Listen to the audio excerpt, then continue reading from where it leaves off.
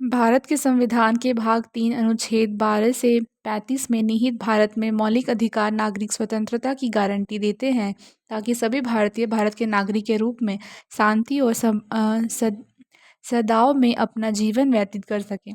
इन अधिकारों को मौलिक के रूप में जाना जाता है क्योंकि यह स्वरागीण विकास यानी भौतिक, बौद्धिक, नैतिक और आध्यात्मिक विकास के लिए सबसे आवश्यक है और देश के मौलिक कानून यानी संविधान द्वारा संरक्षित है।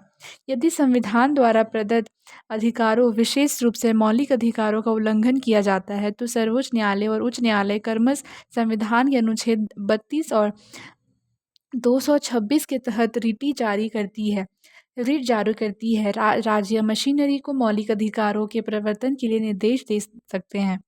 इनके अधिकांश उदार लोकतंत्र में समान व्यक्तिगत अधिकार शामिल है, कैसे कानून के समक्ष समानता, भाषण और अभिव्यक्ति की स्वतंत्रता, संघ बनाने और शांतिपूर्ण ढंग से एकत्र होने की स्वतंत्रता, धर्म का पालन करने की स्वतंत्रता और बंदी प्रत्यक्षीकरण जैसे रिट के माध्यम से नागरिक अधिकारों की सुरक्षा के लिए संवैधानिक उपचार का अधिकार।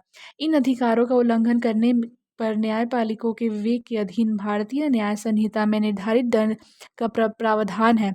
मौलिक अधिकारों को मूलभूत मानवीय स्वतंत्रता के रूप में परिभाषित किया गया है, जहां प्रत्येक भारतीय नागरिक को व्यक्तित्व और जीवन के समुच्च और सामंजस्यपूर्ण विकास के लिए इनका आनंद लेने का अधिकार है। ये अधिकार भारत के सभी नागरिकों पर सार्वभौमिक रूप से लागू होता है, चाहे उनकी जाति, धर्म, जाति या लिंग कुछ भी हो। कुछ प्रतिबंधों के अधीन ये न्यायालयों द्वारा प्रवर्तनीय है। अधिकारों की उत्पत्ति कई सत्रों में हुई है, जिनमें इंग्लैंड